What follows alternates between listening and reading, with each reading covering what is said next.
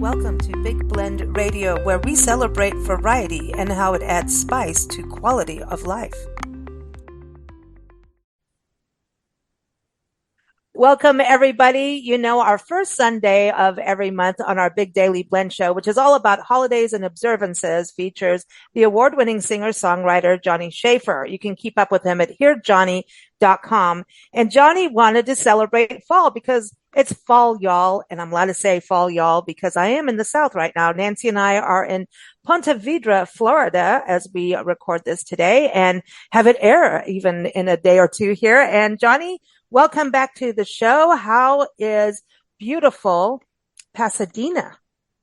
It is rather hot here at the moment. But hello, everyone. I'm really anxious to get to know some of the guests I haven't had the privilege of being on a show with before, and then to talk with some of you that I have talked with before. And I was just writing my newsletter, and if you can indulge me, I thought it might be a really nice introduction to today's show, because the first paragraph I kind of talk about all things fall. So can I read that real quick? Yes, please do. Okay. So, hello, good friends. Fall is coming back around, and it brings with it a cornucopia of events and scents and sights and tastes. October for me is fall colors and marching in Friday night halftime shows at football games. It's the World Series and getting out my sweaters and sipping soups. And since our CPA puts us on extension, it's finishing up last year's taxes. It's Halloween and harvest festivals. It's October Beer Fest. It's settling into new school years.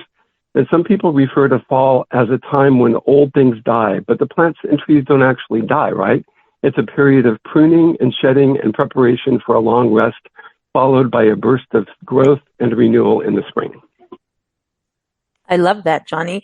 And everyone should sign up for Johnny's newsletter. Just got to give you a plug on that. Go to hearjohnny.com and do that. And no, because he's always sharing new music, and he's always heartfelt newsletter too. On the plants. So when, right now, if you think about all those fall colors that we all like to go and experience, right? When the leaves drop, it's like the tree itself is saying, okay, goodbye to our friends. The leaves are saying, hey, I'm going to go down. I'm sacrificing for you. So the energy doesn't need to be used. We know you're going into winter, and I'm going to just, go and play mulch. I'm going to go into the other side of the energy bracket. I'm going to go be mulch so that you have, comfort and warmth. And that way you don't have to extend all the way to my leaf for energy, extra food and sources when, in winter there is none. So isn't that cool how a plant actually takes care of itself that way? And how nature does it too with, natural pruning by animals. Sorry, you just inspired my animal spirit. I don't know what just happened, but hey, why not? I love that. I love that. Well, let's bring our guests on the show. Okay. All right. So you're in Pasadena. So I think we better stay in California. So we're going to go south, and then we're going to go, different places across the country, as we always do. We've got Ward Heinrichs back on the show. Ward is on Big Blend Radio every fourth Wednesday talking about California employment law. And it is an awesome show. I never knew law could be so much fun. And sometimes he does legalese segments with us so he can tell us about all these different legal terms that all of us go, when we see fine print, oh, I think we know what that means. We don't want to know. But then there's really cool court cases that happen that you sit and watch glued to the screen. And then all these terms come up, and then you're like, dang, I really wish I understood this. Even Google's not helping. So he's really good at that. And he's a really good attorney, because if you go to his website, you'll see it's called bestemploymentattorneysandiego.com. So we're going to San Diego, our old stomping grounds of where we even started our magazine. So welcome back, Ward Heinrichs. How are you? I am doing very well. We're having a heat spell, and it's just good to get outside. But maybe not during the middle of the day, because it's supposed to get up to the 90s in the next couple of days. But there is the fall essence starting to set in, as much as it does in Southern California. And, at least later, or maybe even now, if you'd like, talk a little bit about Oktoberfest, because that is a fall tradition in the Heinrichs household. Ah, well, listen to that last name. Now, did this inspire you making craft beer? Because you're a home brewer. So, I mean, did going to Oktoberfest, or is beer always been a revered substance in the Heinrichs family? That's a good question. Yeah, no, my grandfather loved beer. A bunch of my uncles do too. Some of them have brewed their own. And then I started, yeah, I have the same love of beer. I do like beer a lot.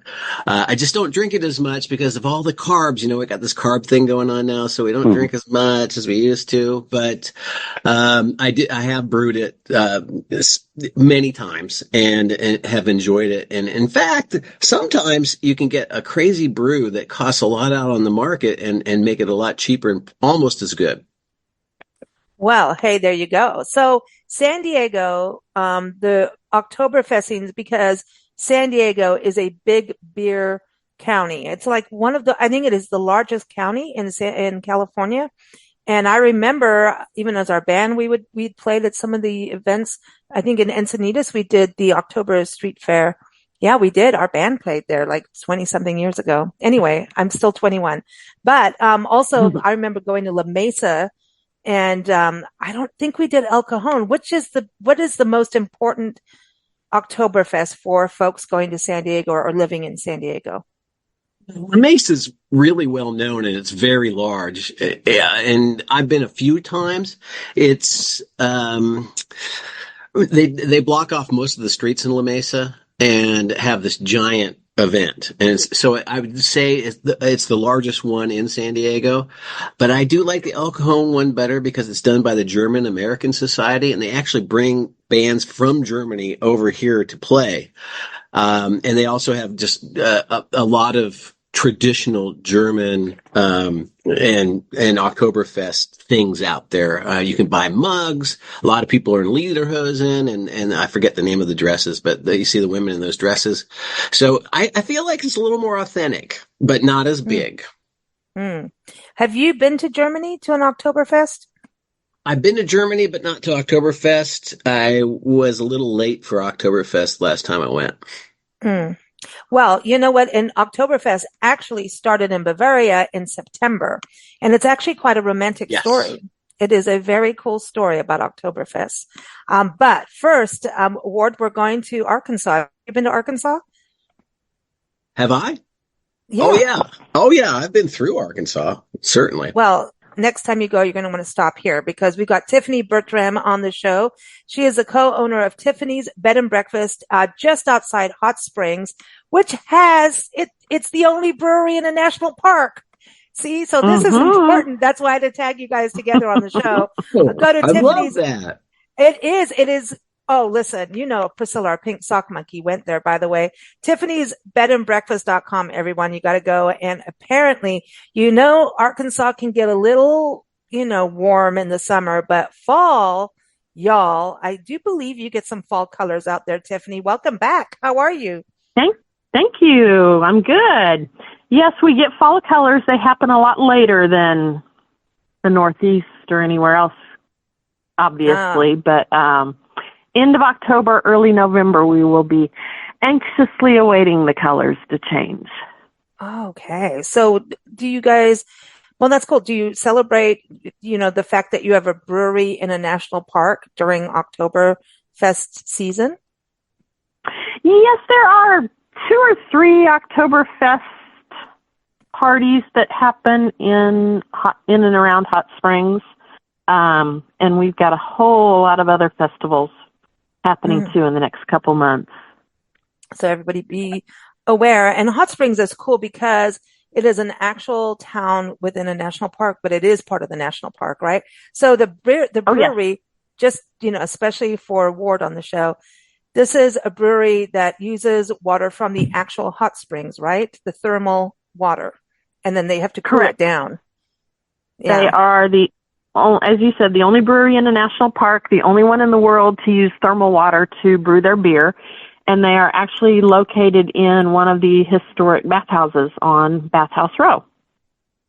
Ah, see, there it is. Bathhouse Row. You can go and soak and then have a beer. And I remember having a really good flight of beer and getting a beer, like I don't know the name now right off, but it was like a bitter beer, like tart almost. Ward, what would that be? Like a tart yellowy beer.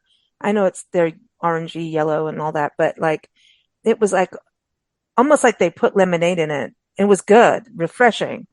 Um, yeah, I should forget explaining that, but it was good. It was something brand new that I've never had, but very, very tart. What would be a tart beer? Ward, do you know? Like just off a, Sometimes you know, Pilsner can be a little tart, yeah, but it's maybe it was. light. It Um, was. Now, if you mean Mm. like heavy hops, which is bitter, so I'm not sure if you mean the same thing, but if you have a heavy hop beer, it's more bitter. Yeah, it's more of that kind of bitter. It was different. It was good. It was really So like good. an IPA, maybe. Mm. Yeah, some of the best IPAs come out of San Diego. We've got to give a shout out to Stone Brewery, right? Stone Yeah. Brewing. Well, Hmm. thanks for doing that. And San Diego's been the brew pub capital of the world for about 20 years now. Some people might try to challenge it today, but certainly in the last, in the late 90s and early 2000s, we had multiple openings of brew pubs. I got to give a shout out to our friends in Asheville, going through a lot of mess, right? It's Beer City, USA. Right the day before the hurricane. Well, actually, not the day. We were recording their Asheville show, Adventures in Asheville show, with a cicerone. I did not know a cicerone existed. It is basically the same as a sommelier for wine is a cicerone for beer. And he really gave us a good education. Cliff Morey from Ed Brew, or Brew Ed, excuse me, Brew Dash Ed. And I didn't know a cicerone existed. Ward, did you? Like, know there were sommeliers of beer? And he's like heading up all this beer education, not just in Asheville, which is coming back to life. People were working on it, not us on everything, but like we're working on whatever we can give you information on, we will. But as fall happens, this is their time of year, season wise. But some of the breweries, they're coming back. So I just want to give a shout out while we talk about beer that they are closed for maybe a couple months, as most people are out there and still getting supplies in and all of that. But they are all working to come back. So when they are ready, please support our breweries and our tourism friends in the Southeast U.S. That includes Tennessee, South Carolina, Georgia, also, of course, North Carolina and Florida. So please support them as they come back. All right. So speaking of the Southeast, we've got to go over to Lisa Evans in coastal Mississippi.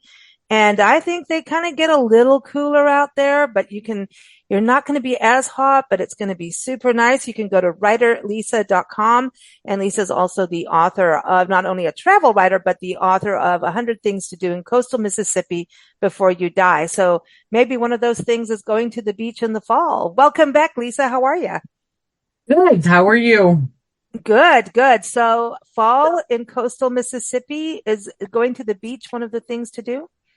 Well, yeah, of course, it's a lot nicer, obviously, to walk on the beach when there's not 120% humidity, with the breeze coming off. But really, when we're talking about festivals, the one I'm gonna rush on today in coastal Mississippi is for fall. We talk cruising the coast, and cruising the coast is actually starting this weekend. There's actually cars. If any of you are classic car lovers, this is basically America's largest block party, and I can't tell you how many awards they've won. But our traffic and our tourism is about to swell for the next week. It's held every year. This is, I think, year number 28. And last year for 2023, they had over 10,000 cars actually registered. So think classic cars, 57s, 58s, Rolls Royces, Model Ts, right up to any type of Corvette. I've seen Ferraris. I mean, they have some great cars that come through here. So we generally get I say a bajillion, but there's a lot of people on the coast for the next week. So Awesome. It's a great festival. Any car enthusiast will like. It's wonderful. And I'm literally like a block from the beach, so I can just walk down, sit in the median, and they literally do just cruise Highway 90, and you see some of the coolest cars. Well, I love the cars. I mean, just to go and look at them and the fact that they're not just trashed, and recycled, like they're being worked on. It's an art form.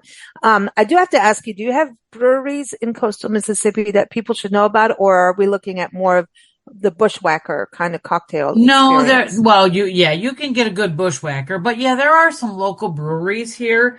Now Mississippi's one of those kind of funky states a little bit that you can only sell what the state approves, but we do have some local breweries. I know there's Chandelier Brewing over in Gulfport. And I'm trying to think. There's a couple other local breweries. We don't have a lot of them, but we do have some local breweries, yes. Okay, cool. Well, I'm going to go up to South Carolina on this journey. I mean, we really are like back on the Big Blend radio bus, right?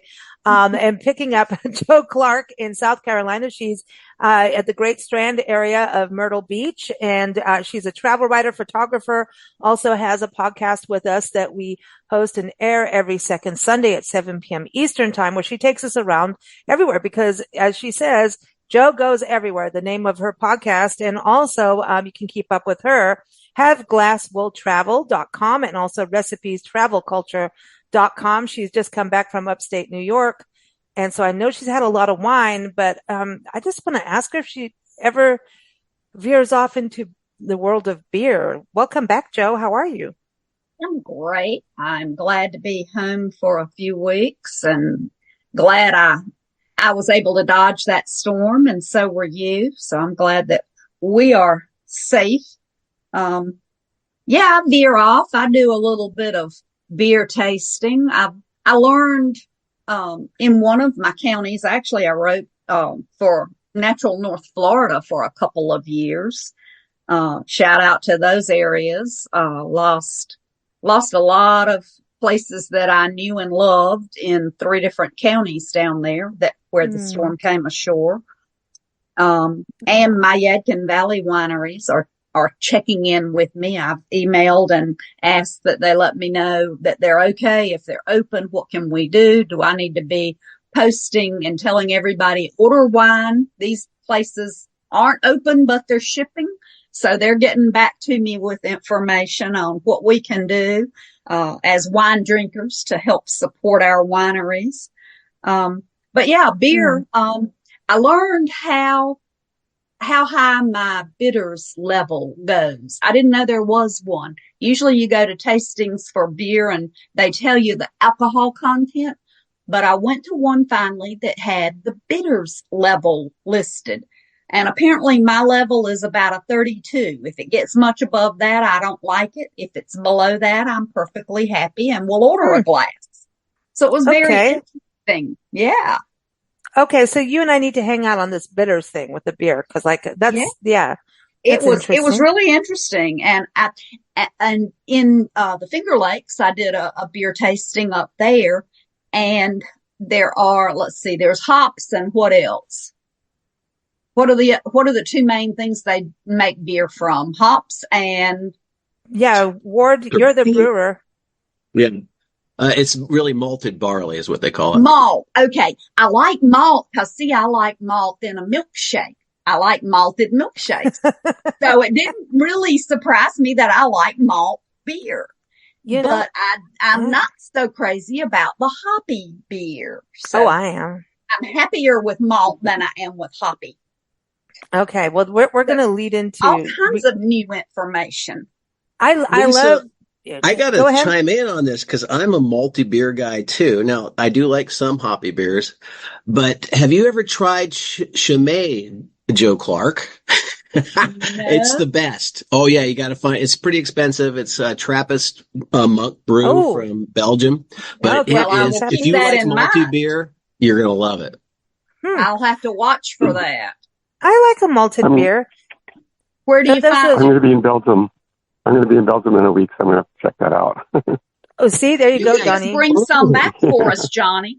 that is Yeah. cool. Go There to you the go. brewery, where the monks Yeah. actually brew it. That would be Yeah. amazing. Boy, that Oh my would God. Yeah. be. I just wrote it down. Yeah. Well, that's exciting that you're doing that. And to me, I mean, beer in the fall always goes well. And I know a lot of breweries actually like do seasonal brews, like they'll use peaches or, they'll do like a pumpkin-y spice kind of, Yeah, brew. And I don't know, try it all. It's the fun part about fall is the food, it the drink is. Hmm. changes, the events. It's about people coming together. I love that. And I want to go up to Cliff Garstang. Cliff is an amazing author, editor, writer. Go to cliffordgarstang.com. And, he just came back from Ireland. So we need a beer report. I mean, did the Guinness thing happen? Let's talk about Ireland first, Cliff. Welcome back. Thank you very much. Yeah, the Guinness thing did happen. I went to the Guinness Storehouse, which is kind of like Disneyland for beer drinkers, right? It's an amazing facility, but it's really highly programmed, and you follow a path that leads you through the world of beer, their beer anyway. And so it was a lot of fun. And of course, in the storehouse, you end up on the top floor, which has a beautiful view of Dublin, and you're drinking Guinness. Even though it was 10 o'clock in the morning, I was drinking my Guinness. Well, you sound like you travel like Nancy and I do, at 10 in the morning. Why not? We'll try it out. So in Ireland, are they serving other beer other than Guinness? Absolutely. And I don't really love Guinness. In fact, I don't really even like Guinness, but I went to a lot of pubs, and I decided I wouldn't order wine in these pubs, even though they had it available. But I discovered that I really love Smithwick's, which is a red ale. And so that's what I kept ordering at all these pubs. Really good stuff. Okay. So Ward, what's the red ale about? Is that going on the malted side? Because I think I've had like Amber Bock or something like that before. Is that that's a red, isn't it? And is that still barley or is it malted? What you, Amber and red are different. And oh, red does tend to be a little maltier than many beers. And amber, I would say that's slightly maltier. I mean, it's certainly not an IPA. It's not bitter like that. So it's on the malty side, I would call it. But red, wow. I love reds, and it is a maltier beer than many. So everyone, Ward is our cicerone of today's podcast. I'm just saying. I guess. Mhm. Wow. I know. I mean, well, come on. You do all that work in brewing it. I mean, it's just, I think, home brewing, all my friends that are home brewers are like, you go in their restroom and their bathtub is not for them. Apparently it's for the beer. And that's that. If I can't tell you how many people's garages, and bathrooms, second bathrooms, third bathrooms are a beer facility. And I totally respect that, but I think it's fascinating and having those different colors. Now, Cliff, aren't you going away again and to more beer centric, fun? I am. I'm headed to Germany in November, so I'll miss all the Oktoberfest fun. Last year I was in Germany for October, but I was in the eastern part, and I was really after the end of Oktoberfest. But this time I'm going to Leipzig, Germany, and Dresden, and I'm sure I will be consuming beer. Uh, I would think so. I would think now, Johnny, are you going to Germany on this trip? No, we're going to go to Prague and Liège and Brussels in Belgium, and then we're heading over to Edinburgh in Scotland. So yeah, I won't be No. there this time. No, no, no. Well, you've got to do what you got to do as you travel. It's Yeah. like you can't do everything, Mhm. so it's all good. It's all good. So let's keep going. We're going to go up over to upstate New York to Diane, and then we're going to move on to a little bit more festivals and everything because but this turned into a beer thing and I don't know how that happened, but why not? It's fall, y'all. So we're going to go up to Diane Dobry, who's a food, wine, and travel writer. You can keep up with her at Getting Hungry Discoverydays.com, Discovery Days with a Z, discoverydays.com, and HungarianAquarian.com. So do you see these words called Hungarian and Hungary? Yeah. So she loves Hungary. She lived in Hungary. She's written extensively about Hungary. She knows Hungarian wines. I don't know about the beer side. And that way we could close out the beer discussion, but I don't know if it'll ever end on this podcast ever. But welcome back, Diane. How are you? I'm doing well. I was wrapped up in a sweater, which is a nice change from, I just moved back up here from Florida. I used to live where I am now in about 10, 12 years ago. So I'm just getting used to the fall colors and the Wow. cold air, the chilly air. To me, it's cold. To them, it's like, oh, comfortable.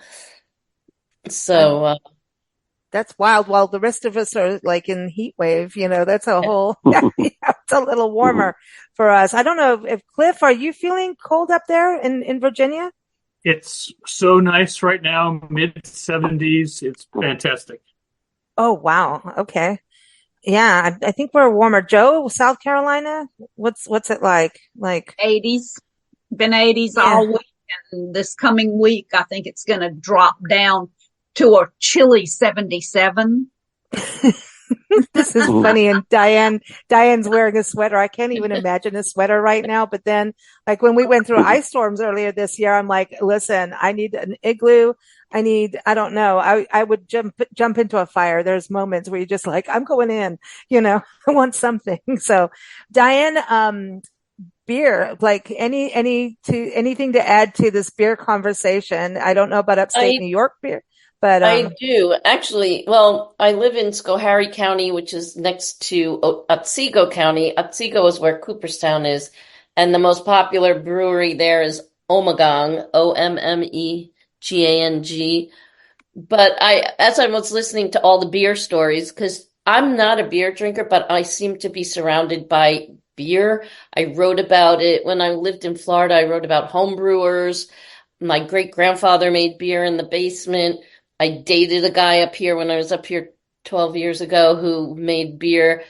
But I also went to Germany and Belgium on a Fulbright, and we would get these giant Pilsner glasses filled with beer, and I could only drink about like an inch, and it felt like I drank the whole thing. But when you said lemonade flavor, I was thinking of Radler, which was kind of like a fruit, almost like for a lighter beer for people who weren't beer drinkers. I think they add kind of a lemony flavor to it. And then I was in Belgium, and people kept saying Belgian beer was the best. Hungary is getting into the breweries, but I was in Munich, and that's pretty much all everybody was drinking was beer.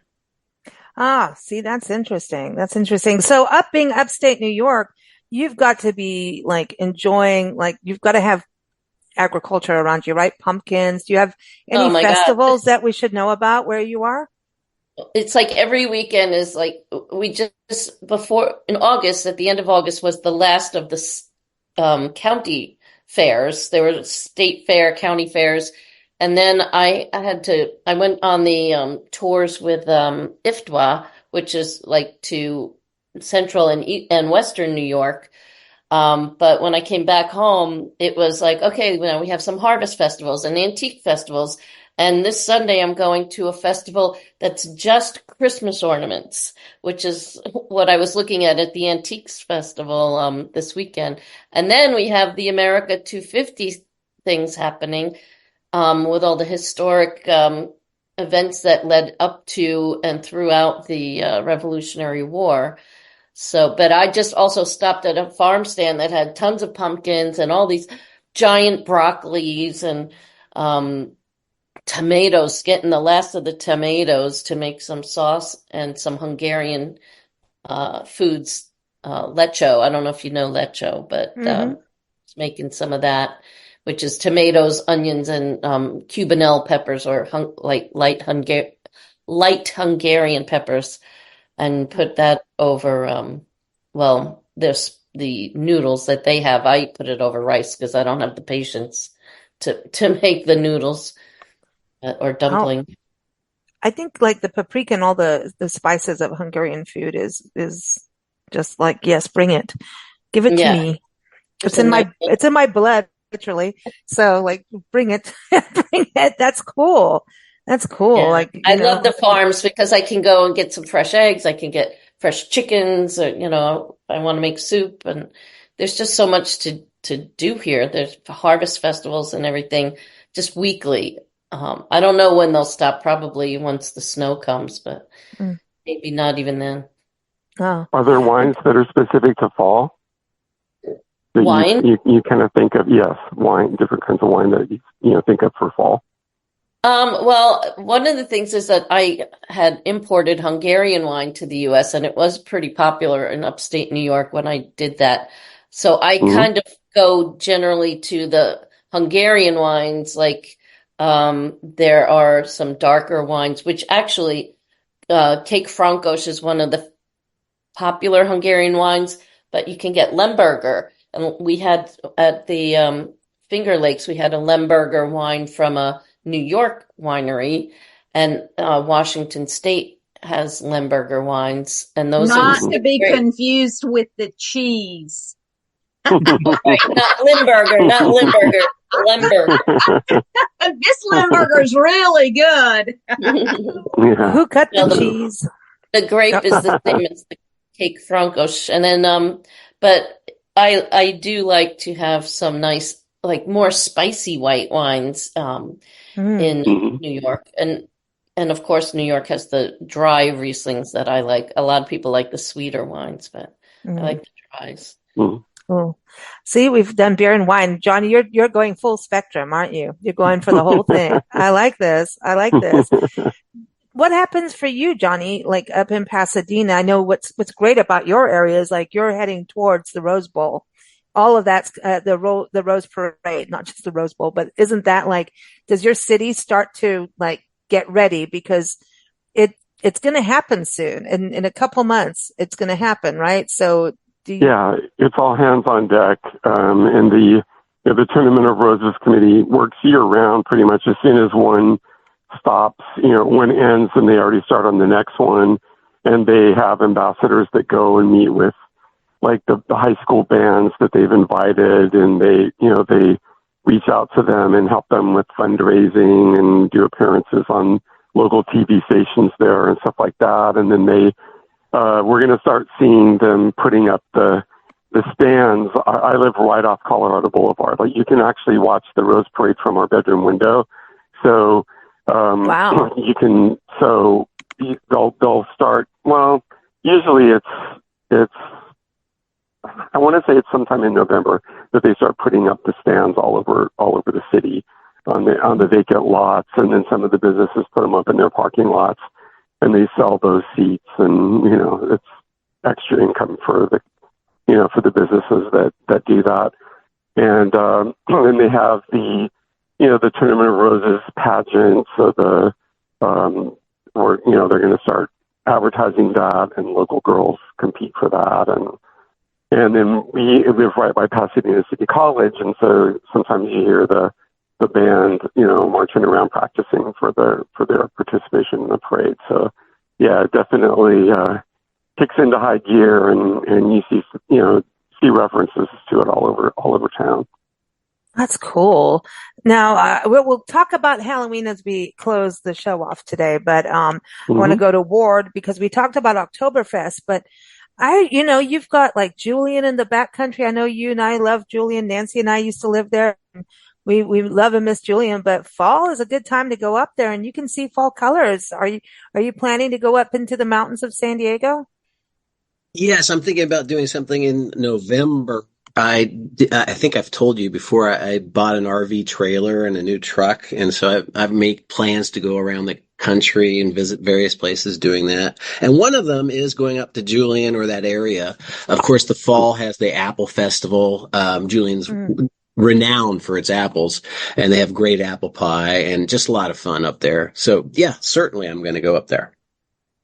I love it. I love it. And Cuyamaca, right? You're going to go do that. Tell everybody about this epic hike because this is something to do in the fall. It's beautiful hiking weather, right? Up in the mountains. And it's also in San Diego, the best time to go out. Well, from now all the way through spring, right through February, March, I would say is a perfect time to go to Anza Borrego Desert State Park. Do you do that too? Anza Borrego recently, I think the last time I went was like 4 years ago in late February or early March when there was a fantastic bloom.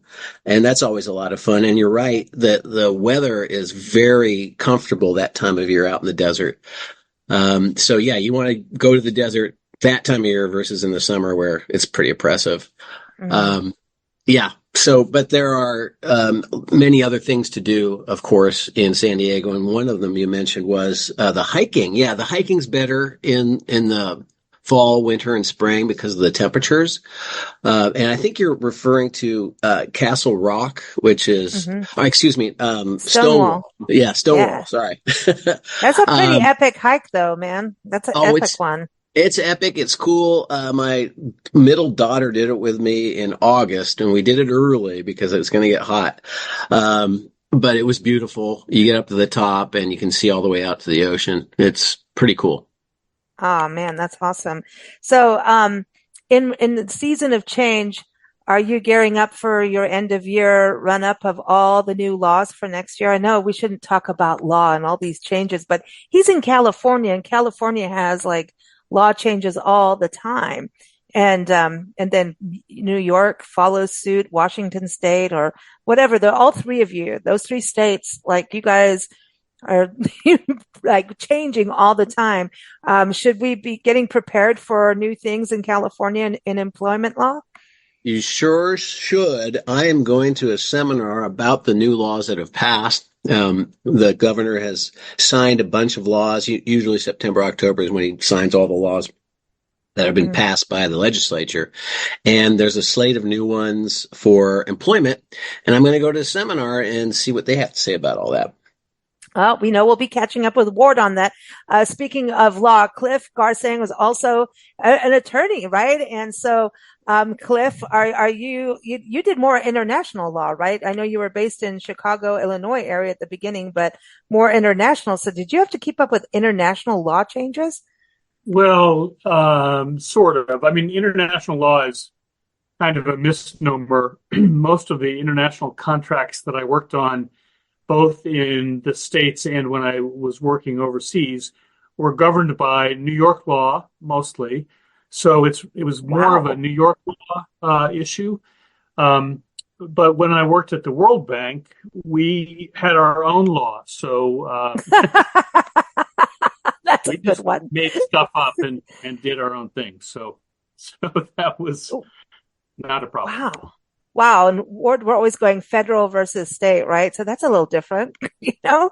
And you think about that. We'll just have our own laws. Okay. Sounds like Texas. Just do our own thing, why not? Hey, why not? Cliff, what's going on in Virginia for fall? So there is so much going on festival wise. It's almost hard to keep track of. Last weekend here in my small town of Stanton, Virginia, we had the Queen City Mischief and Magic Festival, which the first year they did it, which was like 10 years ago, it was called the Harry Potter Festival. But, the trademark people at Warner Brothers or whoever it is didn't care for that. So they had to change the name of it. But it's still sort of a fantasy and witches and warlocks kind of thing. And usually 10 to 15,000 people descend on this small town for the weekend and do all kinds of weird stuff. So that was last weekend. But now I really wanted to mention this is also book festival season around here. Mm-hmm. And I'm part of an organizing group that is doing a small festival for the first year in this town. We're calling it the Queen City Word Fest. And we'll have some panel discussions and also a book fair, basically, where a lot of local authors will be able to show off their books to the public, and that's going to be a lot of fun. I'm also involved in... Can you tell everybody the date and website, or where can they find the information? That's October 19th, and the website is actually a Facebook page, and it's called Queen City Word Fest. Okay. That's fantastic. And it is National Book Month, right? October is National Book Month. And we're going to have a happy hour show coming up on in October. It's going to be the third Friday. No, I'm going to mess it up and it's not right in front of me, but we do have a happy hour show coming up just with books, authors, and book lovers. So everyone, the books themselves will actually show up on the happy hour. I'm just kidding. The authors will be on there. We have poets. We have so many awesome people coming for that. But I love that you brought that up. And you had another event, Cliff, that you wanted to mention? Yeah, I'm moderating a panel with some pretty amazing writers at a festival in Northern Virginia called Fall for the Book. So it's every fall, and it is at George Mason University. That is the week of October 14th. And yeah, that's going to be great. So there are events every day at George Mason University, and that's in Falls Church, Virginia. And there are other venues around that area also. So people can go to fallforthebook.com, I think is what it's called, and check that out. I like that. It's a good name. And everyone, the happy hour is October 18th at 7 p.m. Eastern time. I wasn't too far off there. I love that you're talking about books. I'm going to go over to Tiffany Bertram over at Tiffany's Bed and Breakfast. I know she has to run because, she's got guests checking in. It's almost 3:00 her time as we're recording this. But Tiffany, Cliff, I think you'll find this interesting. Tiffany is working to put a library in her community, right, Tiffany? We are trying to build one without raising taxes in the community. So it's quite the challenge, but something that our little town desperately needs. That's amazing to me to great. get it. Yeah, that's hard work. That's hard work to do. Is there anything that all of us on the outside of your area can help with? Send money. Okay, so everyone, Tiffany's bedandbreakfast.com, and just call her from that website and she wants money. Okay, that's good. All right. So I'll connect you to the website. It's not us. It's a community effort. Our friends of the library are the ones raising the money for it. And it is a tax deductible contribution if anybody is so inclined. See, there you go. I love that. So Tiffany, give us a rundown real quick of what's happening in Hot Springs area for people with festivals. You mentioned a few, but I know that there's a lot going on, but what should be on our radar? What should be on your radar? Number one is the Hot Springs Documentary Film Festival. It's the oldest documentary film festival in North America. Runs from October 18th to the 26th. It's all documentary film documentary films. It is an Oscar nominating festival, so one or more of the films that are shown here will be nominated for an Oscar. Wow. On Halloween, we have Bridge Street Live. Bridge Street is the shortest working street in America, and it's also the spot for the world's shortest St. Patrick's Day parade. But on Halloween, it will turn into a block party with a live band, costume contests, and all kinds of fun stuff. We've got a Renaissance Fair happening November 2nd and 3rd. We've got a mountain bike festival called Good Run that will go November 8th and 9th. The next weekend is the Spa Running Festival, which is a 10K race through Hot Springs National Park. And then Garvin Gardens, which is a botanical gardens on a peninsula of Lake Hamilton, right in Hot Springs, starts their holiday lights on November 23rd, and that will run until New Year's Eve.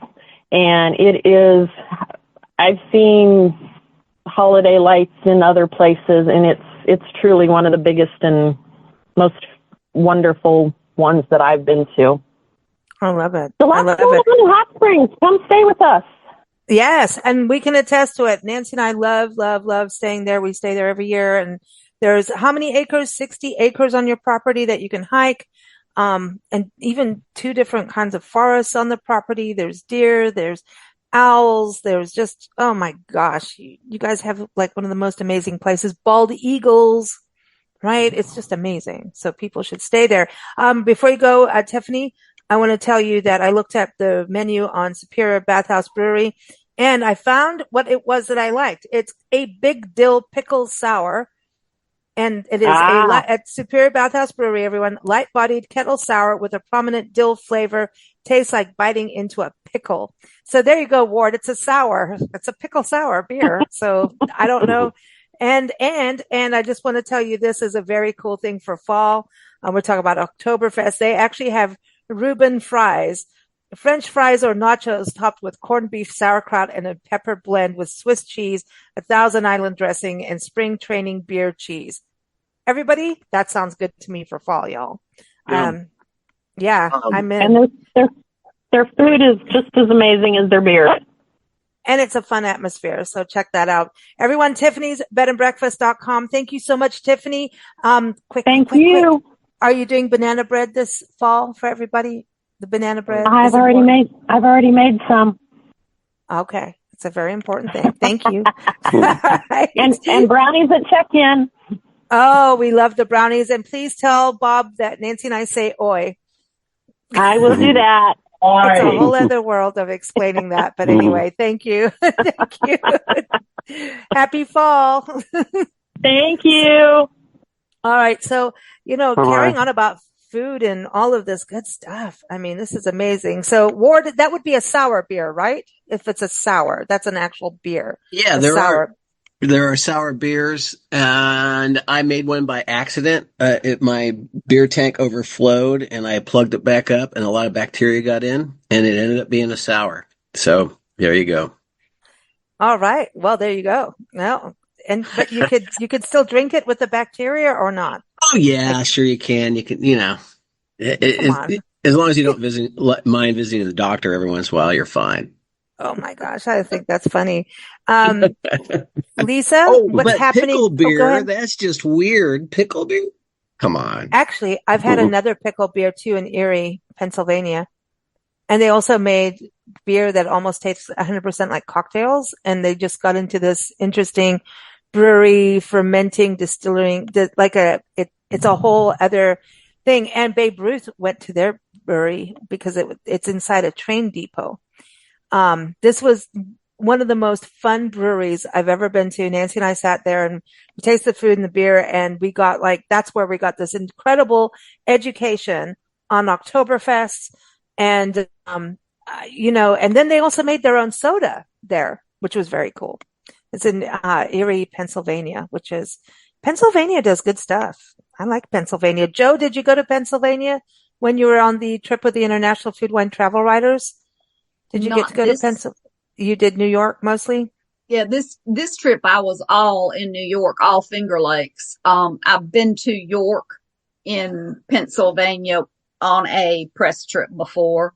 And of course, I've been to Gettysburg and done the articles and research there. So yeah, I've been to Pennsylvania and had a few. Did your ears burn yesterday? We just recorded an interview about Gettysburg with, Mary Grace, Kaufman. She is on our show on Tuesday, everybody. She's on the show. I just met her. Gettysburg. Yeah. Now, Diane, did you meet Joe when you guys went to upstate New York for this event? I was going to ask since you're both. I did see her at the different talks and tastings and stuff, but she was at the tastings. We know. Talk. I think I said hi a few times. Yeah, they don't give us time to visit. It's like you come in and sit down and shut up and listen to a speaker, and then you rush off to some other event, and then you rush back and sit down and shut up and listen to a speaker, and it's like, but I want a couple of hours to sit and have a glass of wine and just chat with people. But we're on a schedule, man. They keep you hopping. No, that's what happens. Yeah. That's what happens. Yeah. So, Lisa, you didn't go, right? You didn't go to the IFTWA one, the conference. No, no, I wasn't able to go. And again, pretty much everywhere that they went in New York, I'd already been. So it was, Okay. it's, Yeah. I lived there for all my life except for the last 12, 13 years. So, Mm. yeah, I've been to most of the places in New York that they were going. So, and So, I had other things going on. So. what's going on in coastal Mississippi that we need to know about for fall? You talk about the car show. Anything else that we need to Yes. know as we go? And we need to talk about Halloween because I know Johnny's got a song that's been viral for the last couple years. A Halloween song. We got to talk about that. I know we've got some music playlists going out there from before, so we're going to link those into the episode notes too. But what's happening in coastal Mississippi? Well, pretty much for fall, that generally, cruise on the coast and the car auction are pretty much the given for fall. We have a lot of craft shows that take place, getting ready for Christmas, that type of thing. We've got an arts festival that happens on the coast, really big arts festival that, it's called, Walter Anderson, who was a local artist. So they've named the festival after him. Really, if Mm-hmm. you're into handmade, art and it's that you can find some really cool stuff there. Let's see, we have a festival and then again, Christmas, there's all kinds of Christmas things that go on. I know it's hard to believe that Christmas is technically fall, but I guess it is. Halloween's, of course, you got the cemetery tours and Cool. we have a ghost boat ride that you can take. So, I mean, it's pretty much, other than the snow and whatnot for the fall leaves or whatever, they make do. The aquarium always has some really cool, what do I want to say, decor and whatnot, celebrating whatever, whether it be Halloween or whether it be cruising or whether it be getting ready for Christmas. So we do a pretty good job down here of all the above. And before I forget about it, I want to do a shout out for Johnny. He was talking about the Pasadena Rose Parade. I saw just a couple of days ago that Visit Mississippi is going to have a float in the Rose Awesome. Parade this year called The Birthplace of America's Music. So we tie into the music too. Blues. It's going There to we pay go. tribute to It's going to pay tribute to B.B. King and Elvis because, of course, they're Sweet. both Mississippi boys. And just, they sent out like a sketch of what the float will look like. And it looks like it's going to be pretty cool. It's got B.B. King and the Blues on one side, Elvis on the other. And then in the middle, it's got like the crossroads from Clarksdale. And it looks like it's going to be Oh, really cool. So I thought that was really neat. So I'll be definitely watching the Rose Parade this year. I want to see that. Well, yeah. that's awesome. Yeah, I've been a pedal pusher in the past where you go and they have these warehouses and all the floats are there and thousands of people go and volunteer to paste the pedals onto the floats and so these days I just kind of go and tour some of the warehouses, so I might even see that float there when I check it out. So I'll look for it. Yeah, that Cool. was really cool. It's the first, I mean, they may have had them in previous parades, but they were posting it on social media and whatever. And I just thought that was really cool that they're going to have the Mm. float celebrating music from here. That's awesome. You Very know, cool. Louisiana did it the last couple of years, and I mean, it's amazing they bring musicians on. So I hope they put musicians on the float. Lainey Wilson was on their float a couple years back, man, and look how big she blew up as a country artist, right? It's amazing. And Yeah. so they've been doing that, and then they did Macy's Parade. They're like, so I think, I don't know, there might be a little competition your way there. I'm just saying, Yeah, Louisiana, I'm hoping. Mississippi. Ooh. The big one, we've got a couple of local blues artists. I'm hoping that they can get one of them and have those. That would be kind of cool. I think it is. We're gonna do we're gonna Lisa, you, Nancy, and I are gonna plan this show on like the Mississippi Blues Trail. I want to ask for Ward. Do you have an RV spot somewhere for him? Because Ward, come on, do you like the blues? Come on, you got to go to Mississippi. Oh yeah, I love Come the on. blues. Yeah, I used See? to follow blues bands in San Diego all the time. Back in my younger days, I don't follow bands as much as I used to, but yeah, I would love to come out. That would be very cool.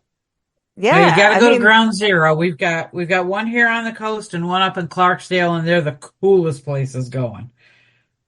see, that's it. Now, what about Joe? What's going on in your neck of the woods or the beach, I should say? You still got woods out there. You got the woods and the beach. We got You lots know, of woods. yeah. No, do you have events and do you Oh, have yes. a RV spot for Ward? Well, the state parks, and then there's probably 10 different trailer RV type parks for visitors. There's always room for a trailer. Um, but for festivals, we've got the Greek Fest next weekend, which I will miss because I will be in California at the Harvest Festival Ooh, in Sonoma. that's We have cool. the Waccamaw Indian tribe has a powwow in November. We have coming up, Spring Made Pier and the Civic Center both have crafts festivals. We have the Dickens Festival. We have Shrimp Festival, Seafood Festivals, and the Loris Bog Off. We just have tons of food festivals. Wow. It give a southerner an excuse and we'll throw a festival. I know, Isn't man. that That's what the I love. truth? I know. That's what I love about the South. It's like, anything has happened. I was walking down the street, fell down. All right, let's have a party. It's like whatever it is, let's have a party. Is Yeah. it that way up in your area, Cliff? Do you guys party like that in Virginia? There are all kinds of music festivals and parties, and yeah, absolutely. Well, I I don't mean, know, he's man. got the Statler brothers started in his backyard. Oh, that's true. That's really true, right? Yeah. And their Wow. offspring are also performing, so Yep. they've actually started to get pretty big. Oh, and then you got Johnny here, the singer-songwriter. Now, Johnny, I've got to give a shout out to you for your latest music, your latest song. You want to tell everybody that it's really kicking butt, isn't it? And it needs to because it's a great message. You want to tell everybody about that so that they support this. I know it's not necessarily fall related and we can get to your Halloween song. Tell us about both of them, but the one that's out right now, when it's your Yeah, kid, tell when it's everybody your about that. kid, yeah, when it's it kind of came about from me scrolling on Instagram and TikTok and seeing young people complaining about the world that my generation's leaving to them. I'm 62, and I can understand why, and I wanted to write a song that sort of acknowledged their frustration and maybe held up a mirror to some of the people in older generations that maybe aren't doing what we could be to help with some of these things. And so the song is about that. And we submitted to a bunch of film festivals, and they're just now starting to, pick the official selections and that. And so far we're 2 for 2. We're in the Rome International Movie Awards, and then we just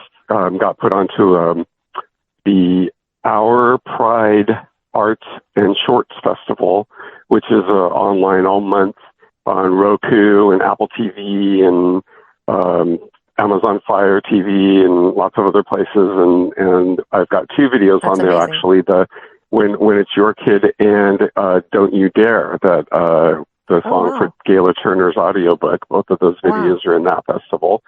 And then we're currently number 13 on the LGBTQ music chart. And the new chart comes out this weekend, so we'll see if we went up or not. It's kind of just steadily keeps getting attention, and it's a slow burn, but it's a really important message, and so I'm grateful that people are responding to it. And this is also, Joey Stuckey and I are both starting our Grammy voting today. The next couple of weeks, the Grammy members of everybody submits their songs, and you can go online and listen.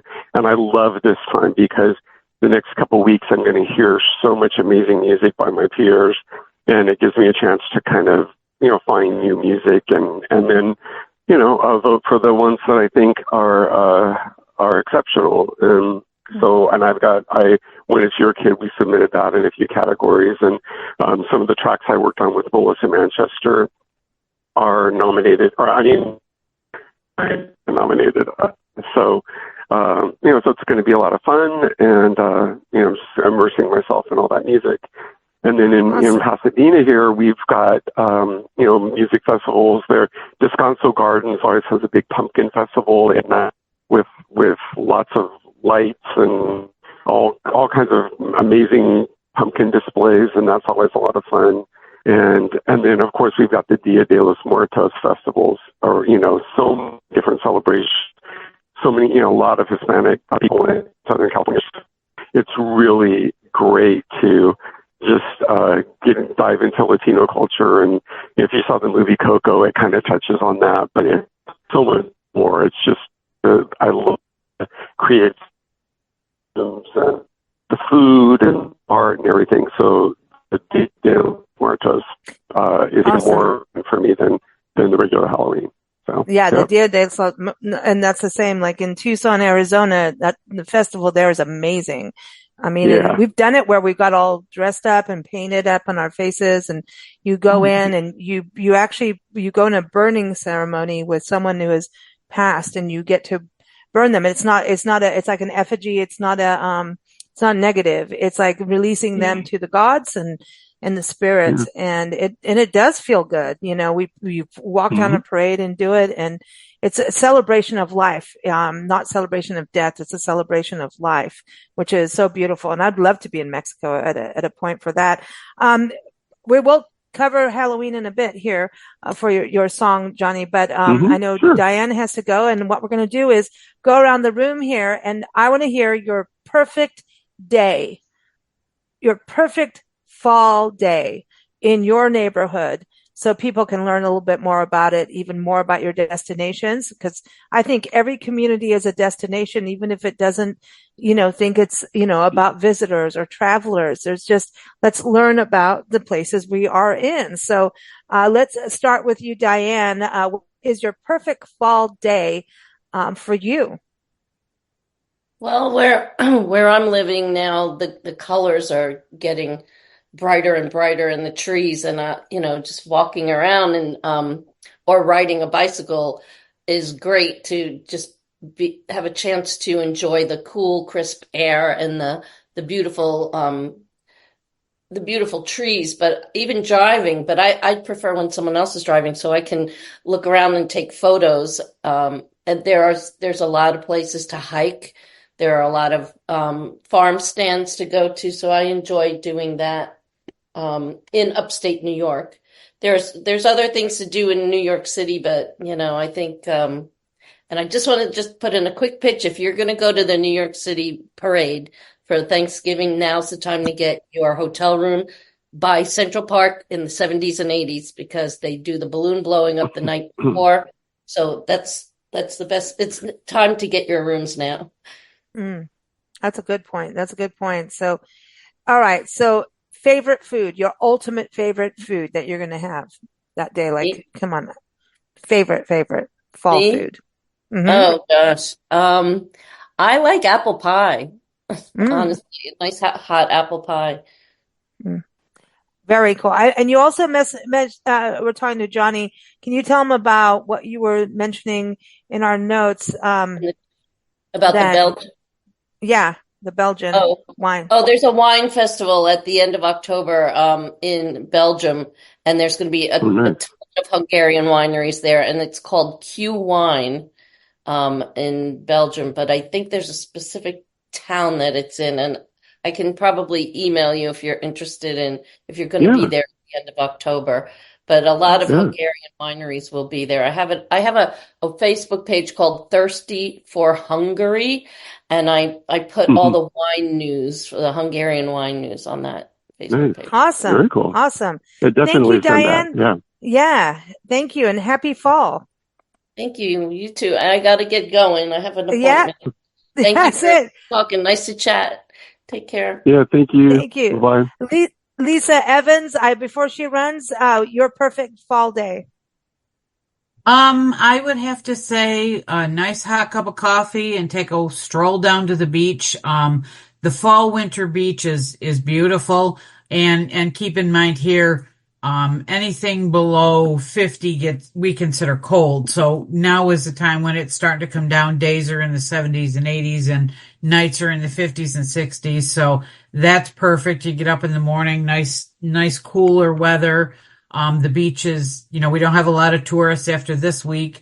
The tourists will kind of, go back, and it'll be nice and quiet and peaceful walking the beach. Awesome. Thank you so much. Good to hear from you as always. So I want to move on over to Cliff. Thanks to everybody. Have a good one. Thank you. You take care. And everyone's website links are in the episode notes, so check that out. And we've got a music playlist and all kinds of good things in there too. I want to go over to Cliff, up in Virginia. Your perfect fall day. Well, my perfect day would be split into two parts because I live out in the country, and I love walking the country roads around my area. Lots of farm animals and wildlife and trees and the creek that runs through my property, and also for a couple of miles in either direction. It's just wonderful to enjoy the fresh air and get a little exercise walking in the country. But the town of Stanton is an amazingly beautiful little city, population 25,000, but it's got this Victorian architecture in downtown because it's such an old settlement. And the main street is really beautiful with lots of shops and restaurants and bars and breweries and wine bars. And so I love to go downtown and walk around, especially on the weekend, because they've started closing off the main street from Friday night through Sunday night. And the restaurants put up tables and chairs out in the street. So it's great people watching and sipping wines and munching on food. It's great.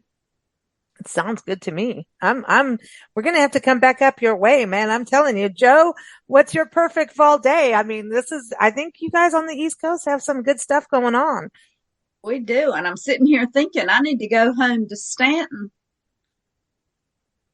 Yeah. I graduated from Mary Baldwin, so Stanton's my old stomping grounds. So, but my perfect day, short of going back to Stanton, would be yoga on the beach in the morning and a nice walk on the beach. I'm beach centric, it doesn't take a lot to put a big smile on my face. Put me on the beach and give me wine. Of course, now we're talking Halloween, so I got to have my wine and Halloween candy pairings. I wrote the article on that last year. It's on my recipiestravelculture.com. Oh, we're going to have to link that in the episode notes. Definitely. But the neat thing is, and everybody thought that was so strange. And I said, well, I am. But next week in Sonoma, one of my events is a wine and Halloween candy pairing tasting. I love it. I do too. And I can't wait to get there and say, I already wrote the article on this. Y'all are behind. I just had corn candy and salted peanuts mixed together, and it's like a payday bar. And I'm going to tell you, it's the best thing on the planet. Oh, it's good. It is good. Put that with a Riesling, a semi-sweet Riesling. Mm-hmm. It is naughty but nice. And we learned that from Georgia. So I don't know, man. I'm telling you, there are things out there that we should all have, and we're allowed to have that, that Halloween experience of being naughty for a night. Come on, we can be naughty for a night. But I like that. Yeah. I mean, it sounds like you're going to have a good time. I mean, listen, Sonoma is one of the best places on the planet. I'm so excited you're going there. I can't wait to hear about it. It's beautiful, and it's a good time of year to go. I got to go up, keeping on the coastal theme. Ward in San Diego. Ward, what is your day, a perfect day, fall day for you? Well, I would say it's going into the mountains, and when you go to the mountains, the elevation changes about a mile. And so it's about 500 feet above sea level. There are a couple of peaks that are higher than that. So you actually do get a real strong fall flavor, and they even get snow in the winter. So it's not like where I live right now in San Diego County. And so you do get that fall chill. And you have Julian, which we've mentioned before, where you can get a great slice of apple pie.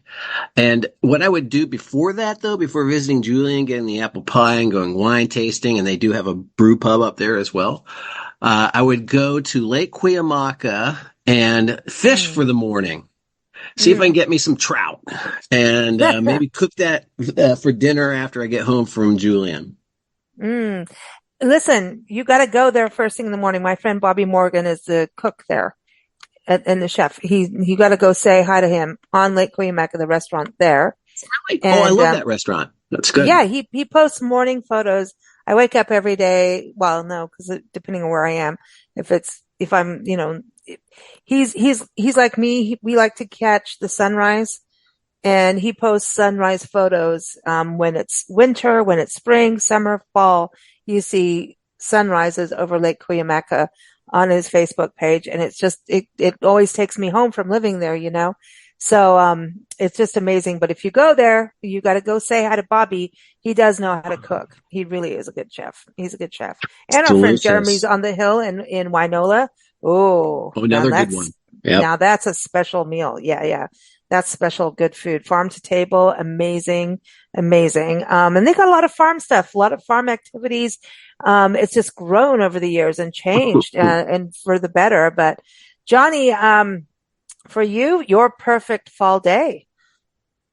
I would say a couple of years ago, Paco and I went up to Oak Glen in the San Bernardino Mountains.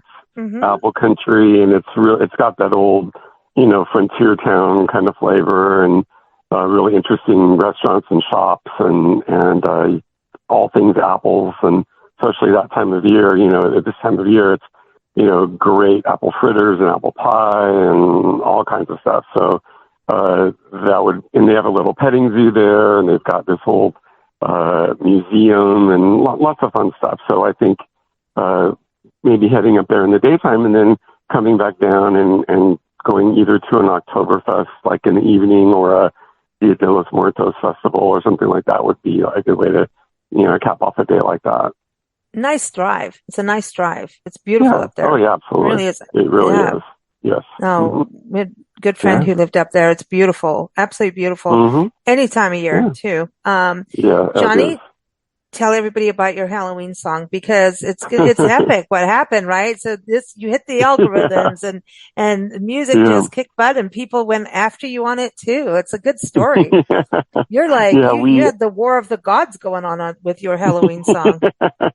We sure did. Yeah, it was completely unexpected. A couple of years ago, I had written this song that I originally intended to be more of like a jazz ballad, and at some point I would still want to record it that way.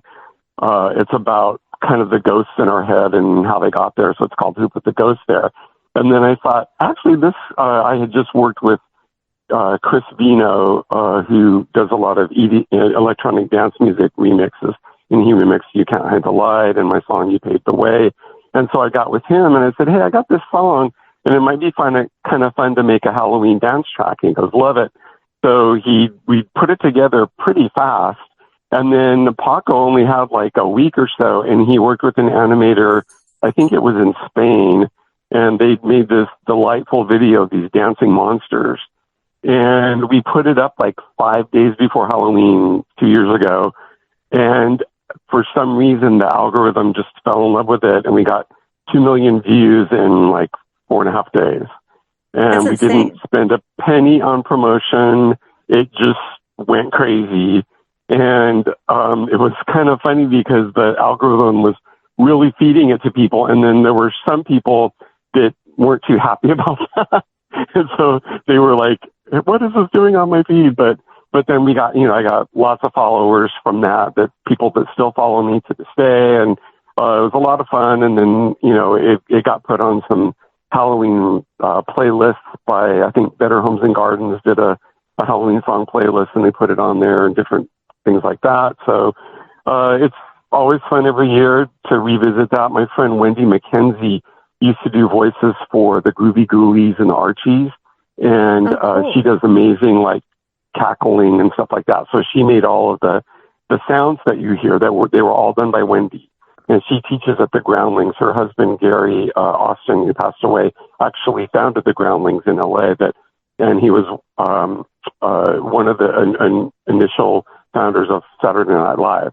And so she's very into all that, and she did an amazing job with all the voices. So it was just a really fun thing. I've never been able to duplicate that, but it was a lot of fun, and it's always a fun thing when it comes around at Halloween again.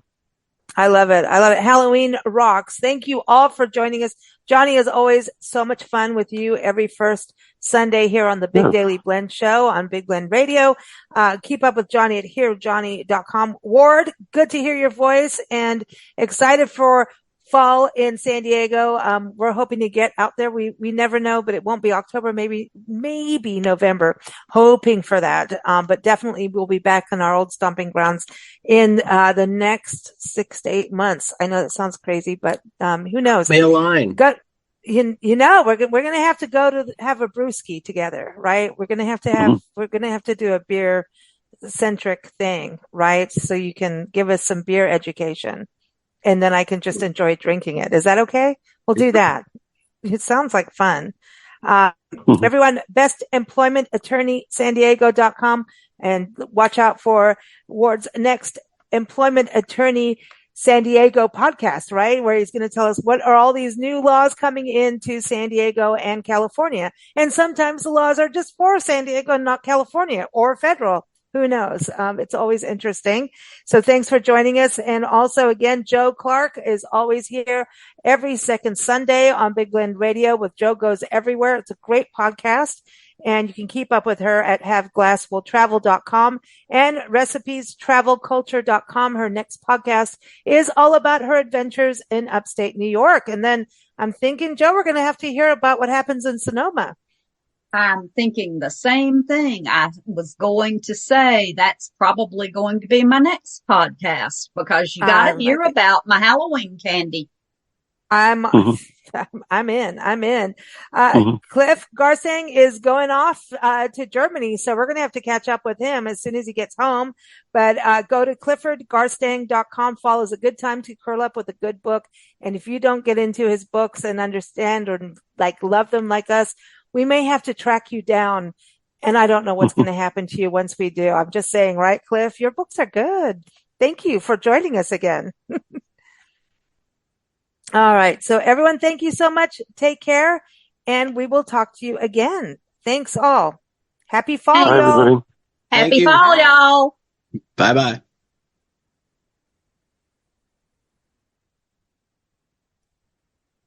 Thank you for listening to Big Blend Radio. Keep up with our shows at bigblendradio.com.